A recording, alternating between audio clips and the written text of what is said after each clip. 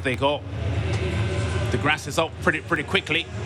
Aaron Brown running well too. Dwyer on the outside, Jeremy Richards on the inside, but it's the middle lanes that look dominant. Noah Lyles comes off the turn in front. The American is in front. The Grasse is chasing. Benderick on the outside, finishing fast. The Grasse in front. That's the gold medal for the Canadian. 1962.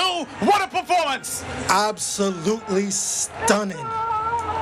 After years of knocking on the steps of being at the top,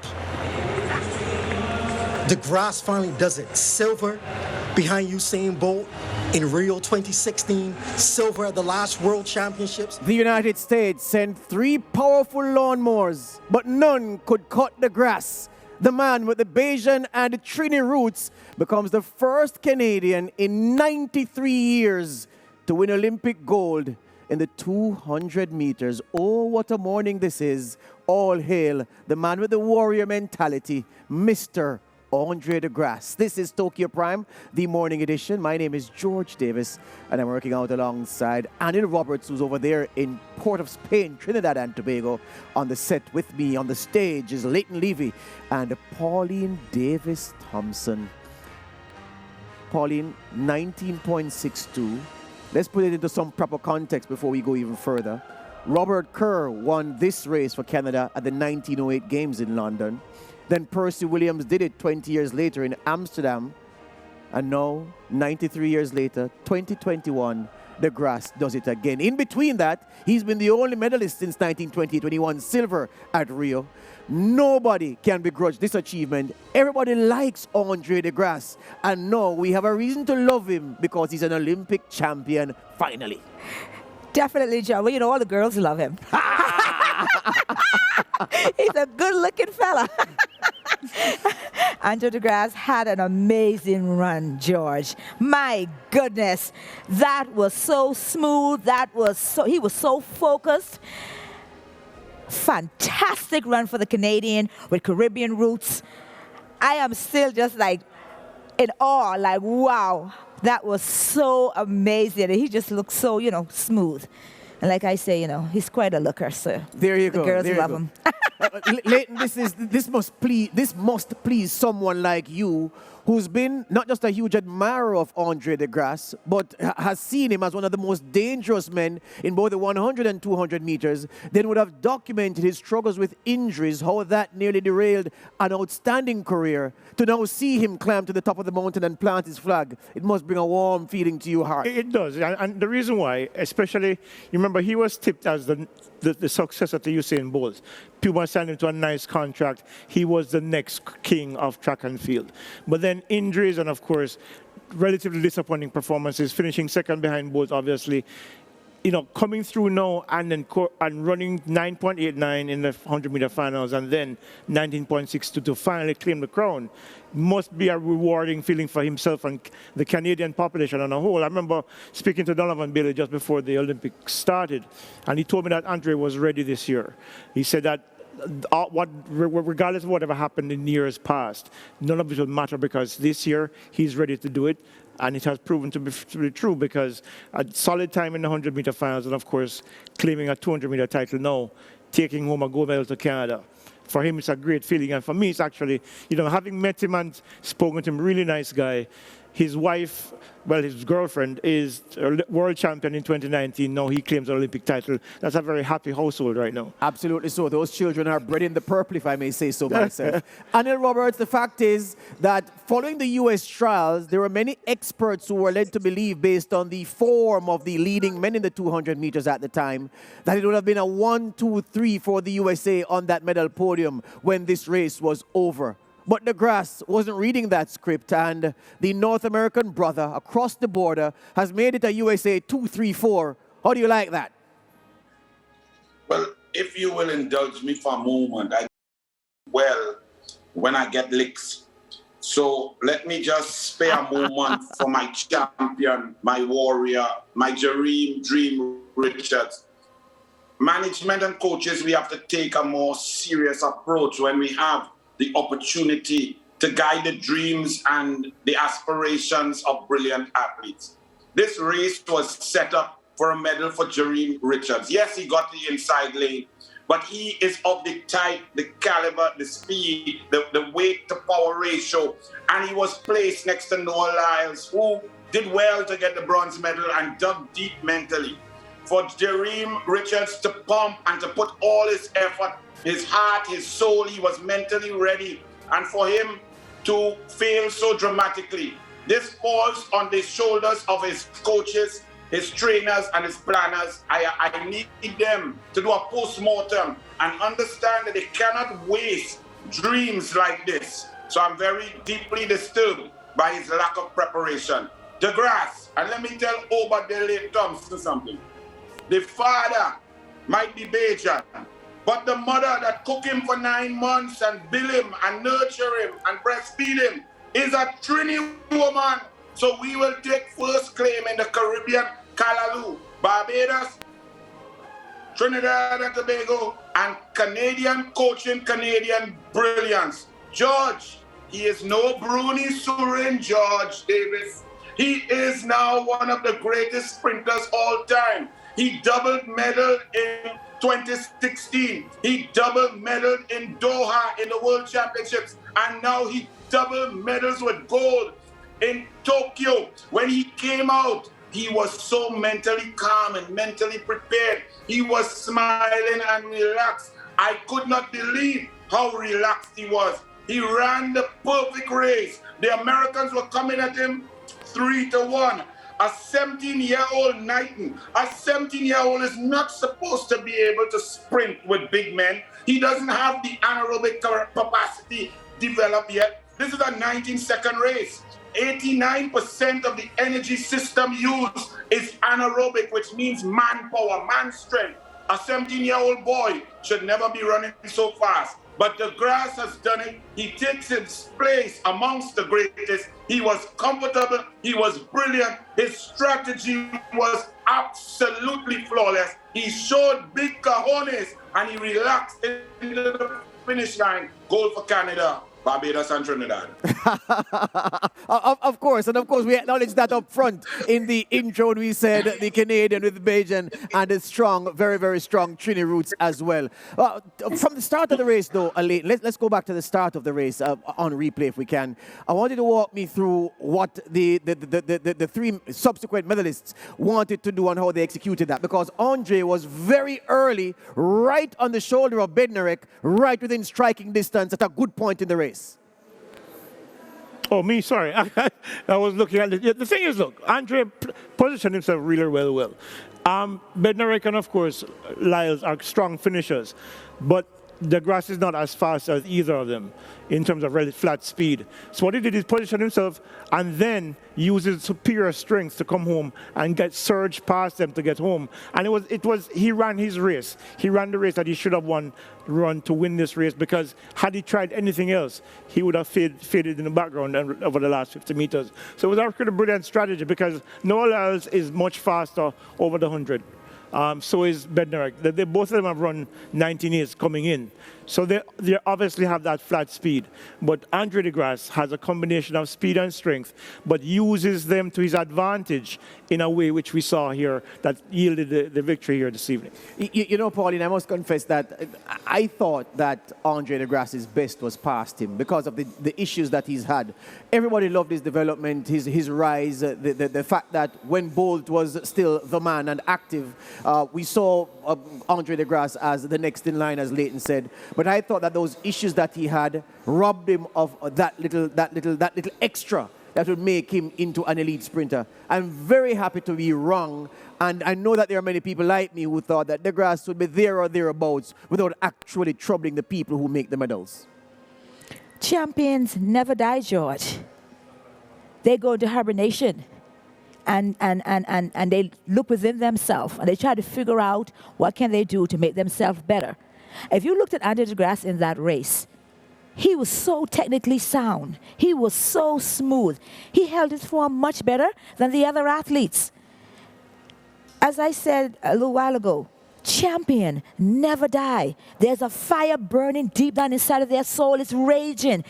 And Andre De Grasse took his time, got back to 100% health, and waited for this moment to shine again. and to get on top of the podium. Anil, based on the manner of the victory, I know that oftentimes sprinters look back at races and say, you know what, I made a technical error here, I made a technical error there. Had I done this correctly, the result would have been different. Do you think any of these Americans will go back and look at this tape and believe that there was any technical error they could correct that could cause them to displace Andre de Grasse as the gold medalist today?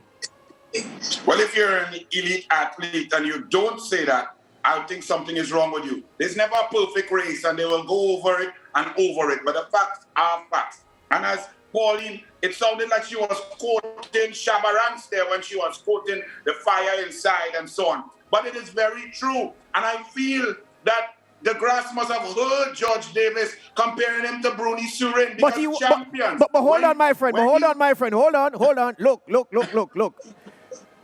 The post-analysis period is when everybody is wise. You have been such a dynamite analyst because you've been brave to call things based on your own gut feeling, but also based on the science, the empirical data. What is true is that de Grasse's career up to this point today was one of a man who had everything to be successful, but had not quite done it yet, and he was robbed of the chance before, maybe because of injury hobbled his progress, and we thought that, boy, if he hadn't those injuries, he would be the man. The fact is he has come to the fore today and is now the man. It does not suggest that the assessment before, comparing him to a man who was an also-ran for much of his career, I don't think that was such a left field comparison after all. No, I am not criticizing your left field analysis. It was excellent. But what I am saying, the difference between Bruni Surin and Andre de Grasse is that Andre de Grasse has that fire inside that when you tell him he cannot do it, he will do it, and he showed us here today. He is like Michael Jordan. When Michael Jordan lost the MVP to Charles Barkley in the regular season and met him in the finals of the NBA, he destroyed him and showed him who was the real MVP. They then gave an MVP to Karl Malone of the Utah Jazz, and Jordan showed him who's the real MVP. Brian Charles Lara, when you tell Lara he can't bat or he's too old, he finished his career with a double century. When you tell Tiger Woods he's a little bit off and old and surgery, he shows you and he beats you. So yes, the analysis was correct, George. You were correct. But I am saying that true champions like Andre de Grasse hear that not only from you, but from many intelligent people across the globe. He put that into his mental component, lifted himself, and brought out greatness at the right time. That's what makes a true champion. Never tell them you're going to beat them. Never tell them they can't do it because they lift the game. Yeah, Pauline? I am not surprised. Andre is coached by Coach Rayner. Coach Rayner was under the tutelage of my coach, Lawrence Seagraves. And so I remember back in the day when I was an athlete that Coach Rayner was there watching and learning, and Coach Seagraves was showing a whole bunch of technical things while we were coaching, and Coach Rayner has turned out to be an amazing coach. And so there's that connection there where that's why Andre technique looks so great, because Lawrence Seagraves is a technician, and Coach Rayner, being his student, learned a lot from Lawrence Seagrave, and I'm not shocked to see the way that Andre ran today. Yeah, Leighton. There's also the comparison as well that when you look at in 2016, you have to remember who beat Andre de Grasse. Yeah. It was the greatest sprinter of all time. Yeah. And Usain Bolt. Had Bolt not been there, he probably would have been a two-time Olympic champion now. So a lot of things have to fall into proper context and perspective. So the disappointments of his underachievement is probably blighted a little bit by the fact that he was beaten by the very best when he did lose. Now that he's on his own, he doesn't have the obstacle of a Bolt in his way. He's now coming to the fore to really shine. Yeah. You know. Man claims his throne. What is there to be unhappy about? Absolutely wonderful. every lover of track and field, knowing the Grasse story, the Grasse journey, the bumps on the road, would be very, very happy now for the Canadian who has hit the jackpot. 19.62, the fastest he has ever run the 200 meters in his life. The gold medal is his, and deservedly so. We are all happy for him from this part of the world because there's a bit of Bajan in him, a bit of Trini in him, even though Canada have claimed him. Anil Roberts says, Bajan, Trini, Canadian, that's the way the Callaloo is being shared. Back with more after the break, where we hope to get the views of Obadeli Thompson as well.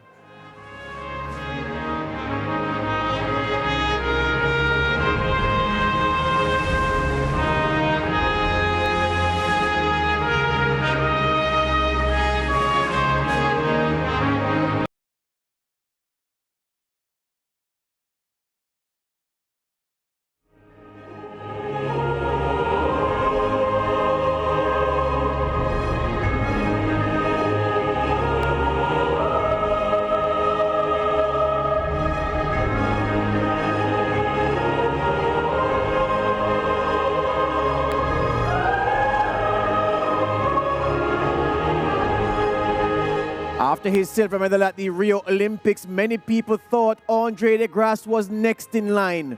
But after his Rio performances, his progress was hampered by a lingering hamstring injury and a severe bout of a condition called mononucleosis, which is associated with glandular fever, and that checked his progress. All those things behind him now, like his 7 rivals in the finals of the 200 meters at the Tokyo Games. Arise, Sir Andre of the House de Grasse. You, sir, are now Olympic champion. 200 meters gold medal has your name on it. Welcome back to Tokyo Prime, the morning edition. My name is George Davis. I'm working alongside Anil Roberts, Leighton Levy, Pauline Davis-Thompson, and joining us from the IMC commentary booth is Obadeli Thompson. We did an interview with Andre de Grasse. We did catch an interview with him. Alex Jordan spoke with him after his golden run. Let's hear what he had to say. Andre, congratulations. What a big win tonight. We know that, you have Trini and Bajan roots, and we're based out of the Caribbean, so your victory is our victory. Yes. My mom is Trini and my dad is Bajan. So I know they're really proud of me. I got the Caribbean, all my cousins back home in the Caribbean supporting me, sending me messages of support. So I know they're back home. They're really proud of me. And, they've been telling me, gold, gold, gold, you got this. So I'm just so proud of myself. I finally did it. Yeah, you're so well loved across our region. Silver medalist behind Bolt in Rio. What did you learn in that final that you executed in this one? Yeah, my coaches told me I have to run the turn. You have to run the turn. If you don't run the turn, you're not going to win this race. And I knew I had to stay with the Americans coming off the turn and just relax, come home, relax and pump my arms and come home. And if I could do that, I'm going to win this race. And I was able to do that and I got the job done. My mom told me she was weeping watching you speaking to the fam cam. From our angle, we can't see it. Who was on there? What were they saying? Yeah, that was my girlfriend, my 2 kids, and his friend from school, and her mom. They were all just there at home supporting me, watching the race. They woke up early to watch it. The kids woke up. They were so happy. They were so excited, and I can't wait to come home to them in a couple more days. Last quick question. Andre, you're just getting faster and faster. Yeah. When is it going to stop? Yeah, I knew I had more in the tank. I worked hard for this moment. I knew I was better than 2016. I've gotten older, I've gotten stronger. And every year I just continue to get better. And I just have to make sure I just go out there and execute my race. If I could do that, I'm going to run a personal best. Tonight you're the champion. Congratulations. Thank you. That was then, this is now. I'm older, I'm wiser. The refrain of a reggae song, which basically mirrors the words of Andre de Grasse to Alex Jordan in that interview just now. His first interview as a champion of any kind. He is the Olympic champion, fastest man at 200 meters, the best in the world. He's numero uno. He is in the top 1. Just let all that sink in. That's Andre de Grasse we're talking about. Obadeli Thompson, you were on commentary when this moment happened. The Canadian, outstanding, looked the part through the preliminary rounds. It must have been very, very special to see it all come together for an athlete so gracious, so full of class, such a credit to the sport of athletics. Yes, indeed. I've tracked Andre since 2015 when he won the NCAA championships. And he was in tremendous form then, and the writing was on the wall that he was going to be a great one. And we've seen him medal at every single global championships that he's been at since then. And this is his crowning achievement. And to do it in a new personal best, a new national record for Canada, it's an amazing accomplishment. Yeah, technically in the race, Oba, well, going into the race, you were heard to say that you liked the looks of DeGrasse. You're always cautious about your predictions, but I got from what you were saying that you thought he was the man to beat. What gave you the confidence that he could outrun the three Americans who had such excellent credentials to lay claim to that gold medal? Well, there were a few things. Of course, his championship pedigree that he's shown at all these championships in the past. And then on top of it, he showed that he was in the best shape of his life in the 100 meters. He had an outstanding lane being in the middle of the track. So he would have the information for any runner coming on the inside, plus he would see everything that was happening on the outside lane. And then he knew that this was his moment to shine. So the culmination of those things and what we heard him say, which is his coach told him to run the turn. And he ran the turn. And at times, what we've seen from Andre is that he doesn't run the turn as hard. But this time around, he ran the turn really hard. He got into good position behind the American Bednarik, who finished second. And then Andre knew that he could beat Bednarik. If you've watched him all season, yes, they've traded victories here and there, but Andre was always right there, like 100th of a second behind him. So Andre knew that once he was in good position, around 150 meters or so, the victory would be his. And you just heard what he said. He was confident that he could do it. There's a question. But if you indulge me for a second, I'd like to push back. Go ahead. This idea that Andre somehow didn't live up to expectations, that's a myth. Let's look at what really happened. He came out in 2015. Who was still there? Usain Bolt was still there. Justin Gatlin was still there. Two all-time greats. And yet Andre was able to find medals among that crowd. He got injured in 2017.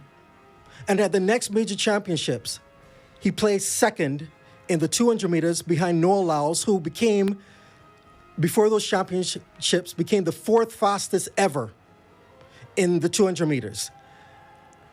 And Andre DeGrasse has now gone on to win the Olympic title.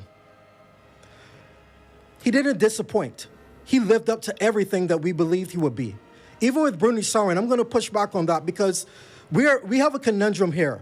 Because when you diminish the achievements of people who have global medals, but who come within eras where there are all-time greats. For example, Bruni Sarin coming in the era of a Donovan Bailey and a Maurice Green, who we would rate as being the top runners. How can we say someone is basically, we disregard what they've done to win medals at the global level during eras of all-time greats? I think we need to be very, very careful how we assess people and assess the athletes. Because the all-time greats are all-time greats because they are there at the end. And they're the ones that beat everyone else. And the thing is, the other players come in and out, but it doesn't mean the other players who come in and out are not good. They just happen to come in eras where people are greater. Well, here's the thing then. And since you've engaged that part of the conversation, I'm going to take it up then. So here's the thing. The Bruni Sarin comparison was, at the time, fair, I believe, because guess what? We've seen, since Andre DeGrasse's emergence, other sprinters emerge who looked as if they had gone past him. You spoke of Noah Lyles, who beat him into second place at a major championship. There was also Christian Coleman, who had come and looked as if he had gone past Andre DeGrasse. The fact is that it wasn't by DeGrasse's own doing that his ascent to the apex of men's sprinting seemed to have stalled. He was hobbled by a serious muscle injury. And then, as I said, mononucleosis, glandular fever, you know the science behind that, Oba. It is not the regular yellow fever where you take 2 tablets, go to bed, sap your head with some beer rum, wake up fresh the other day. It's something that is inhibiting in a serious way. So the comparison was, here is a talent, a man who had all the ingredients to sit as the king of the hill, but because he was undermined by the occupational hazards and of being an elite sprinter, injuries, it wasn't that he just withered away on the vine like the proverbial pumpkin. There were extenuating circumstances that appeared to stall his progress, and there were men who had emerged who looked as if they had gone past him. That he has worked his way back and has put together the book of rules and the bag of tools that he was blessed with. He has put it all together, and now he is king of the hill. It's not that it makes ridiculous the comparisons that were made about him before, or the comparisons that were being drawn. It just is a celebration and a triumph of his own mental will. And the fact is that all the things have come together for him. He had the chance to deliver, and when everything was in his favor, no, he didn't miss the chance to deliver. So that, I think, is the context to put those criticisms in, or critique in. It's not something to vilify or to diminish Andre de Grasse. It was just to look at it and say, my. Here's a man who had it all, appeared destined for the top. Cruelly, he was hobbled by injuries, and some people have passed him. But what he showed this morning was that, no, they haven't gotten past me. I have fixed the things that were wrong, and now I am claiming my rightful place in world sprinting. Oba is the point I'm making. Right, but also, we don't need to bring other people into the discussions. I trained with Bruni Cern for a while, and I know that in 2000, Bruni got injured, and that he was taking cortisone shots between the rounds, and he was in tremendous pain. So do you say an athlete has under-delivered when they're in that much pain, which they may not have disclosed? Maybe they've run to the best of their potential. So while I take the point that you make, I also think that we need to measure our expectations. Andre placed 3rd in the 100 meters in Rio. But who was before him? It was Usain Bolt and Justin Gatlin. They stuck around all the way through 2017. Christian Coleman emerged. De Grasse got injured. Christian Coleman emerged and ran even faster than De Grasse.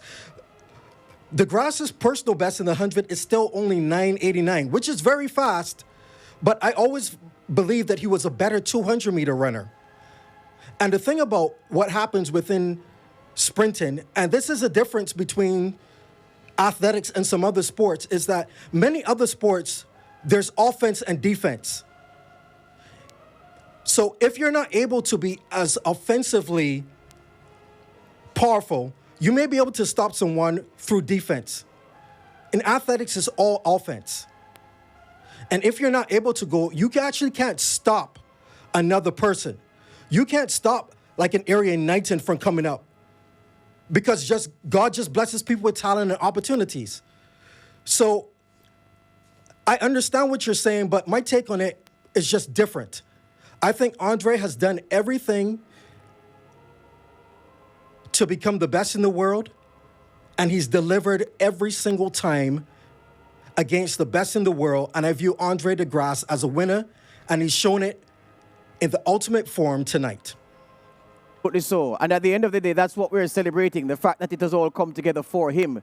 And you know, the thing about life is that there will always be comparisons, there will always be parallels drawn. People who are in the crucible at the center of the action will sometimes blanch at those comparisons being made and those critiques being essayed. But it is a part of the game nonetheless. And what is true is that for professionals who are injured and who take medication and who their massage people, their sports scientists work on them to get them back, we never know the full story. As I said to one of my Olympian guests on the show previously, Oba, nobody at this level runs pain-free or 100% fit. There's no such thing. You probably were 100% fit in your teenage years, but you're always carrying something. And that is why sometimes when people don't deliver, I am very measured in my critique and criticism, because you don't know the full story about what is it that has proved to be an inhibitor on performance. So today we celebrate Andre de Grasse. George, what did he fail to deliver? Yes. Go again?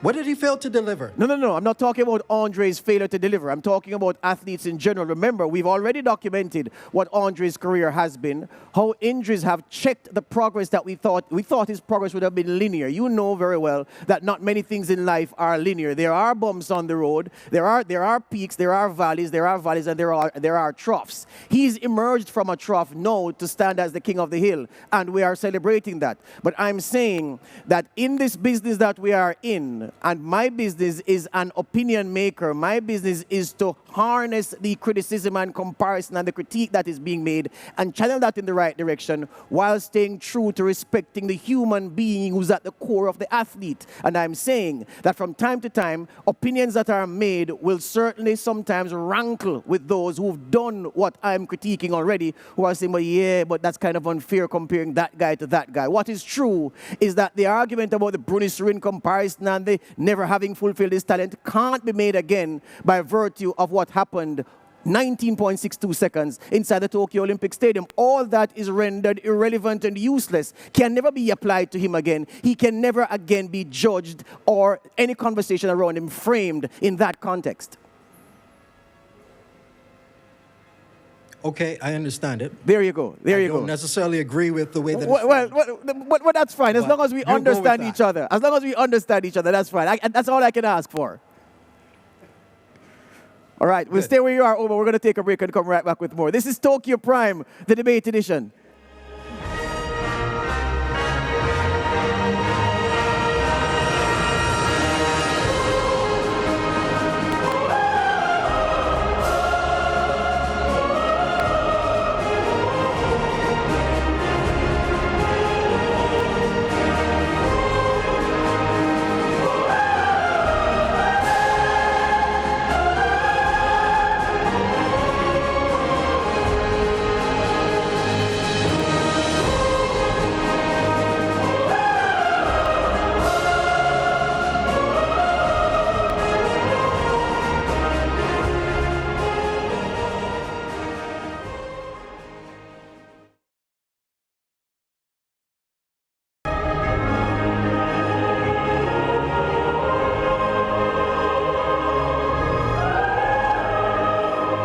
I wonder what odds the bookmakers would have offered at the start of these Olympic Games on the men's and women's 400 meters hurdles world records being smashed. Well, anybody who won that bet must be sitting on a fortune right now, because Sydney McLaughlin, she wore down the Little Mohammed, the defending champion from Rio, to take gold and to break her own world record, the Jamaican Genevieve Russell finishing fourth in a personal best.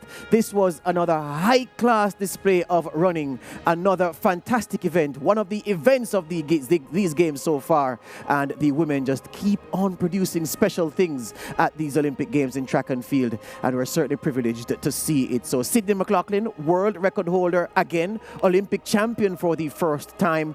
Oba, that was another magical run. Calm, composed, knew what she had to do, and didn't panic when her teammate, the defending champion, appeared to be getting away from her. She wore her down and came through in the fastest time ever run in the distance. Yeah, well, the last 4 times that they have met, there's been a world record. And I expected nothing less. McLaughlin changed coaches, and she's now working with famed Bobby Kersey. And based on her reports, she said they got back into really deep diving into the event and understanding it. And she became a student of the event. And you can really see that in the patience that she displayed. You can see that in her ability to measure just where she was and to strike at the right time. A tremendous performance. 51.4 is amazing, considering what the world record was 2 years ago at 52.1 seconds. So the Americans have set a new standard. Vorholm from Norway showed that the track was indeed fast for hurdlers as well. And we're into a new era. Fast tracks, fast shoes, new techniques in terms of being able to analyze athletes and the physiotherapy that is available to them. And everything that they have at their disposal right now has positioned them to be able to deliver performances such as these that we're seeing. No, for some reason, Oba, I thought that Dalila Muhammad would have repeated, which would have been the first time a woman was repeating as 400 meters hurdles Olympic champion. I thought that her game plan was absolutely spot on, but it just wasn't meant to be. McLaughlin is just better right now. Yeah, and Muhammad is coming off of some injuries and has not raced that much. So she ran extremely well at the U.S. Olympic trials, and she ran a very good race as well. She got out to world record pace, obviously. But I think if she had the inside lane against McLaughlin, she would have had a better chance. But sometimes when an athlete's on the outside, the inside runner can pace off of them because they know all during the race where they are. And I think that worked to McLaughlin's advantage and Muhammad's disadvantage. Anil Roberts, after what Varholm did in the men's 400 meters hurdles, there was everything to suggest that there would again be something spectacular in the women's 400 meters hurdles. The two Americans sharing the medals, Celine McLaughlin, she is the best in the world, proving it once again. A world record, my friend. Well, I am very happy that the greatest sprinter in the history of Barbados now agrees with me after 2 days of sleeping on it, that the track is very fast and the men's 100 meters, we could compare eras, because if Bruni Surin was running this 100, I think he may have beaten Jacobs. I know that Obadele Thompson in the form of 1996 and 2000 with his short pants flapping in the wind would have beaten Jacobs also. But I'm happy to know that he agrees with me now. But the McLaughlin McLaughlin is the world. Listen to me carefully. Dalila Muhammad ran a perfect race. A coach, if I'm a coach, I hug her. I say, my girl, you were brilliant. You warmed up well. You came out. You were calm. You were breathing. Your start was perfect. You ran the corner, the first curve. You built up. You maintained your stride rate. Your hurdling was immaculate. You put yourself in a position to win gold and repeat your Olympic gold medal performance. But you just were beaten by a better athlete now. We now have to sit down and plan and strategize for this new era, this new level, this new epoch of women's hurdling. There were 3 people who ran perfectly. I think the Netherlands girl Ball also ran. They could not do better. McLaughlin is tremendous. She relaxed. She's perfect. She studied. She kept her momentum going. Her hurdling, even in pain, was flawless. She did not panic. Just like the Grasse, she relaxed. She pumped her arms, kept her stride rate going with her stride length. That was just a joy to watch. It was unbelievable. This is a triumph of mental strength and toughness.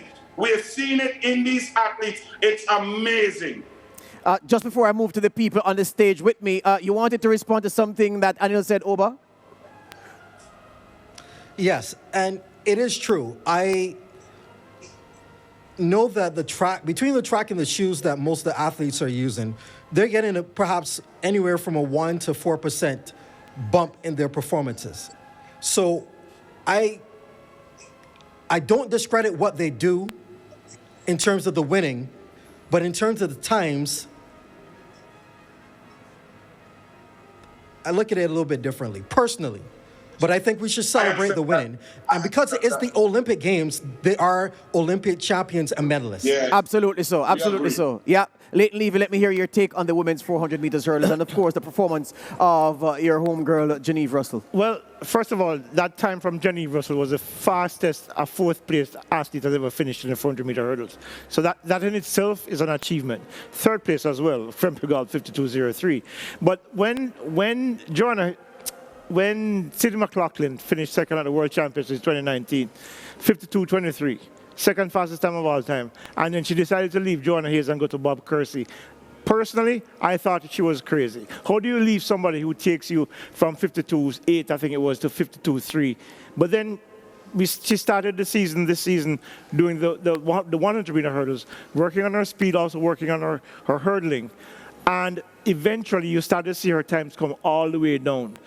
I knew that when she ran at the U.S. trials, based on what we saw with her speed, her flat speed, which was key, was going to be the difference. Because Delilah is going to be a hurdler, and she's, I mean, the world record holder. She's great at what she does. She runs virtually perfect every time. But that after they get over that last hurdle, that's where the flat speed counts, and that's where the difference was. She ran as best as she could, Delilah, but Sydney was just too fast for her, and the time showed it to you. I mean, the difference was, if you look at the difference with the time from Doha in 2019 to now, it's virtually the same, only reversed. You know, she's now ahead. And as I said to a friend of mine actually in Japan just this week, we could be beginning to see the start of something Edwin Moses-esque from Sydney McLaughlin in terms of the dominance of the event over the next 10 years, because she's only 21 years old. Yeah. It's a fantastic performance, and we saw it coming. I mean, anybody who saw that 51.9 at the U.S. trials knew that she was going to come back here and break the record, especially with the faster track and, of course, the new spikes. And the competition and the from competition, Mohammed. obviously. Yeah. Because, remember now, Femme Pickleball was not supposed to be the one who was going to be challenging. It was supposed to be Shamir Little. But Shamir Little hit the hurdle at the U.S. trials and faded out of contention. So Femme Pickleball came in and filled that role. And of course, it lived up to expectations, just like the men did, and pushed it to a new record, 51.4. This record could stand for a long time, and the only persons who I think possibly could break it are either Mohammed, who's 31, or Sydney, who is 21. So right now, we're looking at a new era of women's 400-meter hurdles. Yep, Pauline Elaine Davis Thompson. Here you go. So I was firmly in the Mohammed fan club when we were talking about the race, and you were saying that the McLaughlin girl has it. Well, I mean, not that it was hard to predict, but you got me there. First of all, I was looking at her as a coach, with having a coach in eyes. I'm always looking at the athlete's technique. And my coach being Lauren Seagrave, a technician, so I'm constantly looking at athlete's technique. And what I saw the difference between her and Mohammed. Of course, Mohammed had COVID, they said. She had COVID a few months back, I believe. So I guess it was very difficult for her to kind of get back up to where she needed to be. But of course, my goodness, she's an Olympic silver medalist. So I guess she did fine dealing with the COVID. Now, I'm going to get into some little problems here. Yeah. I'm going to disagree with my two esteemed analysts, the one from Trinidad, and my dear, dear friend, Oba from Barbados. I don't believe in fast tracks. And I'm going to explain why. You're either in shape or you're not in shape. I watched in the early 90s Leroy Burrell break the world record in 100 meters in Lausanne, Switzerland, on a track that we athletes consider to be don't give you nothing at all, period. It's just don't give you anything. And Leroy Burrell came out and broke the 100-meter world record. I'm personally of the opinion that if you're not in shape, you ain't gonna do nothing. As long as you're in great shape and then the atmosphere adds to it, you're going to do something special. And so this is what I'm thinking is happening with the athletes now. They worked hard. They're in amazing shape. They're in Tokyo. This is the big dance. Everyone is glued to their television. Their countries are watching, and they need to bring home these medals on behalf of their country. So my two esteemed colleagues, I differ with your opinion that the track is fast. All right. Only things fast are the athletes. Let me go around the room. Oba, you are the first one to respond to this submission. I respectfully disagree with my esteemed colleague, Pauline. This is the thing. It doesn't have to be either or. These are the best athletes in the world. These are not unknown players, apart from Jacobs, who won the 100 meters. Everyone else is a known player. We're talking about the best athletes in the world. So they are the fastest athletes in the world. But they're also on the fastest track created, or one of the fastest track. Even Mondo has come out and said they spent 3 years researching to design this track. Shoe companies have come out and spent millions of dollars to design fast shoes.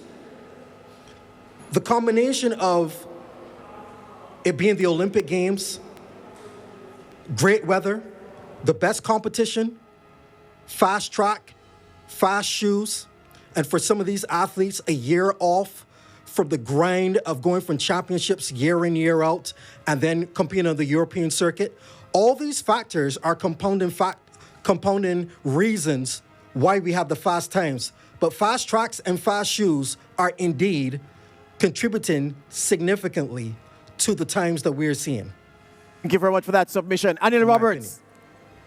Well, I will always never disagree with my beautiful co-host there. However, what I would let her know is that tracks and technology are always adapting upwards. And one thing I'm happy that track and field will never do is what swimming did back in the 2008-2009 era, where we created a suit that made athletes who were average, who were heavy muscles, we put on a full body suit that allowed them to be buoyant in the water, allowed them to swim super fast, and the world records are all skewed. We took our sport and made it into a technology-based madness. So track and field, that will never happen to.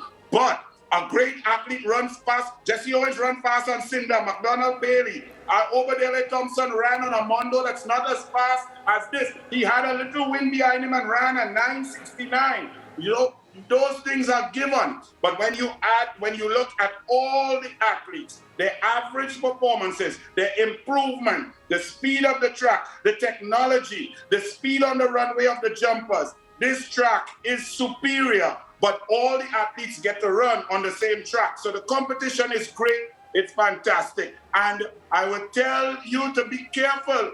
The Grasse's girlfriend is looking in Canada at SportsMax. So all of that thing about he's sweet, you gotta be careful. Last point to lately before we go to the break lane. I wanted to weigh in on this. Both of them are right. The tracks and the shoes are superior. But if you're I wouldn't go on that track and run faster. So you have to be prepared mentally and physically, you know. And of course, the track and the shoes are better. So obviously, the combination makes everybody faster. So both of them are right. Absolutely so. All right, we take a break here on Tokyo Prime, the morning edition, the controversial edition, the sweet edition, the debate edition, whatever you want to call it. Back with more after these.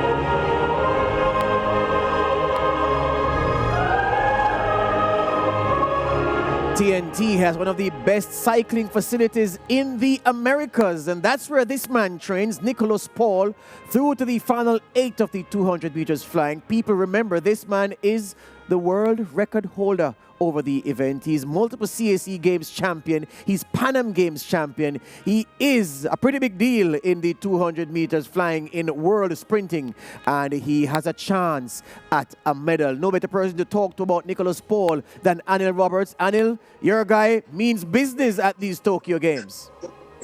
Well, he does, and he's a tremendous athlete, and he's mentally tough and mentally prepared. He is a racehorse in the max sprint, and he's absolutely flying. He broke the world record at altitude and shows his fast twitch. He's a team guy. He does well on the team sprints. But in the max sprint, as you can see here, he is extremely comfortable at either type of riding. He can blow you out and go fast, or he can allow you to come up alongside, toy with you, and then accelerate and move the gears. He's a brilliant sprinter, and Trinidad and Tobago have a chance. Like Jason Phillip, who finished 4th, we have a chance on the track at a medal, because the Olympics is about mental toughness. All these athletes are fast. They're well trained. Their machines are well toned. Their gears are correct. Their bikes are ready. Their bikes are light. The technology is there. They're all brilliant. But in this match sprint, it depends on your ability to race, your mental toughness, your strategy, your technique. And Nicholas Paul is extremely intelligent. I'm looking forward to some good racing from him. Yeah, just for the benefit of our Caribbean viewers, and just tell me a little bit more about Nicholas Paul for their benefit.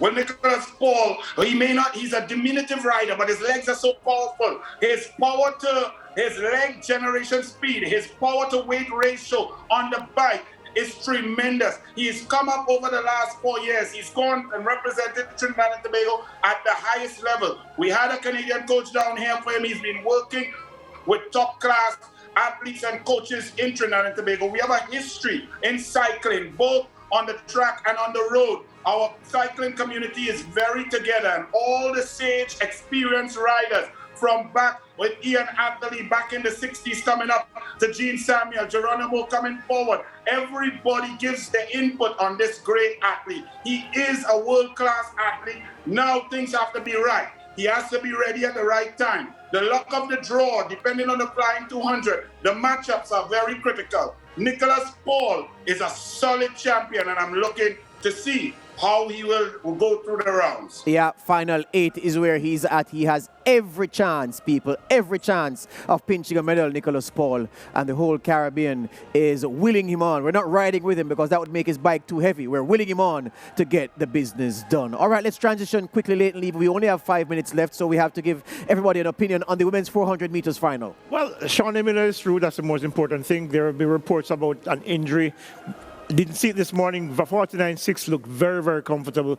My only worry is that in the final, if pressed, does that injury become an issue?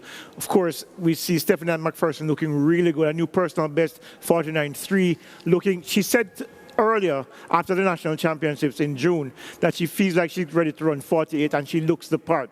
Of course, Pinto from Dumrep looks really good as well. And of course, this young woman called McLeod, who I think this is her 6th PB this year. She continues to improve, 49.51. Amazing. It's going to be an incredible final. When you consider the likes of Alison Felix and the Americans, Quanera Hayes, this is going to be a final that's potentially as exciting as anything we've seen so far for these Olympic Games. Pauline, you like the looks of Shawnee in that? You like the looks of Shawnee in that semifinal? Well, I'm breathing a sigh of relief. I'm so happy to see that she got on the track, that she ran. But I'm still a little bit concerned from what I was told about this hamstring issue she's dealing with. Whether once pressure is put on her, if it's going to create an issue for her. I'm keeping my fingers crossed. I'm praying. I'm hoping for the best for her. I'm sitting on pins, and to be honest. I'm just watching to see how she's doing. You know, so far she looks okay, but I'm still a bit nervous. I'm going to wait for the final, and once I see her get out of the blocks, then I'm going to be able to assess it a little bit better, and I feel a little bit more comfortable in terms of where I think she's at. But I'm just happy to know that she's there. Yeah. Language after the race also didn't give you much confidence. She looked worried, and whether or not we are reading it wrong, but her facial expressions and her body language suggests that there's something there that's bothering her mentally, and it could be a factor in the final. Oba, you assess track and field athletes the way experienced and wise betting men assess race horses before we put our money there. It's no use looking at a horse's form and buying it. You have to see the horse walking on the track to see how it's acting to determine if it's worth your money. That's how you say you assess these athletes. You want to see them before they go out to compete. With that said, Miller Weibo and McPherson especially, and the Dominican Paulinho, do you think that those three women are primed for the medal places in this 400 meters women's final? I think so. If Shawnee is feeling healthy, I think she can get a medal. I'm not sure if she can win at this stage. She doesn't look completely comfortable, as Pauline had mentioned. It looks like there's some discomfort that she's having, even in the semifinals. She didn't go as fast as we would have imagined, but she made it through. McPherson looks tremendous, running 49.3. She looks like she has more in the tank. And Paulino from the Dominican Republic has been running outstanding. I think it's going to take a sub-49 performance, but I think between the three of them, the medals should distribute if everyone is healthy. Yep, Anil, you like the looks of Paulina from the first round. Does she continue to, or well, has she continued to impress you with that semifinal run? Paulino impressed me and she's going to be good. But the focus now for the Caribbean and for all athletes, coaches and fans, the Olympics is about mental strength, mental toughness. Lately we've been celebrating mental weakness. Miller Weibo here is going through a torturous mental period over this last 4 days. And I'm seeing her slowly fight it and overcome it. If Miller Weibo wins this 400, it will be a triumph of her mental strength, her mental ability to deal with tragedy, to deal with disappointment, to uplift herself mentally and get through. I saw her run. When she finished, if she did not, the concern was, remember I said before, she needed to have a solid run to build back her confidence after that shattering, that peripheral vision of seeing Elaine Thompson-Herah blow past. That shatters a great athlete. I mean, that is crumbling to the personality, the self-esteem. So she's got to rebuild in a short time. I'm seeing it happening. She had a solid run. Yes, she may be feeling whether mentally or actually something is wrong with her leg. What our minds do is sometimes create excuses under pressure. She is coming forward. She ran well. She did not stretch much. She was running shorter strides. It reminds me of 1984. John Moffitt was the world record holder in the 100 breaststroke. He came out to the final, strapped his leg, pretending like he had a groin muscle strain. When out in lane 2, there was a Texan called Steve Lundquist, who went to SMU, had the greatest start. He was the wild man. He went out, took the gold medal. But when you looked at the end, John Moffitt, knowing that the race was over, started to come on like gangbusters. Years later, he still crumbled mentally from that pressure. Miller Weibo is going to overcome the mental pressure and take that gold medal. It's going to be a triumph of mental strength. Oba, we are out of time, but it would be remiss of me not to ask you to say a quick word about Williams from Barbados, a national record, but not advancing to the final. Yeah, this is a breakthrough performance for her. To run 50.11 and not make an Olympic final, unbelievable. But hopefully she'll be able to build from this and be there in a major final in the upcoming years. Right, team, it's been great this morning. Thank you for your contributions. This is the Big Show, Tokyo Prime, the morning edition, until the other Big Show comes up a few hours from now, Tokyo Prime, the evening edition. Until then, enjoy our Olympic programming.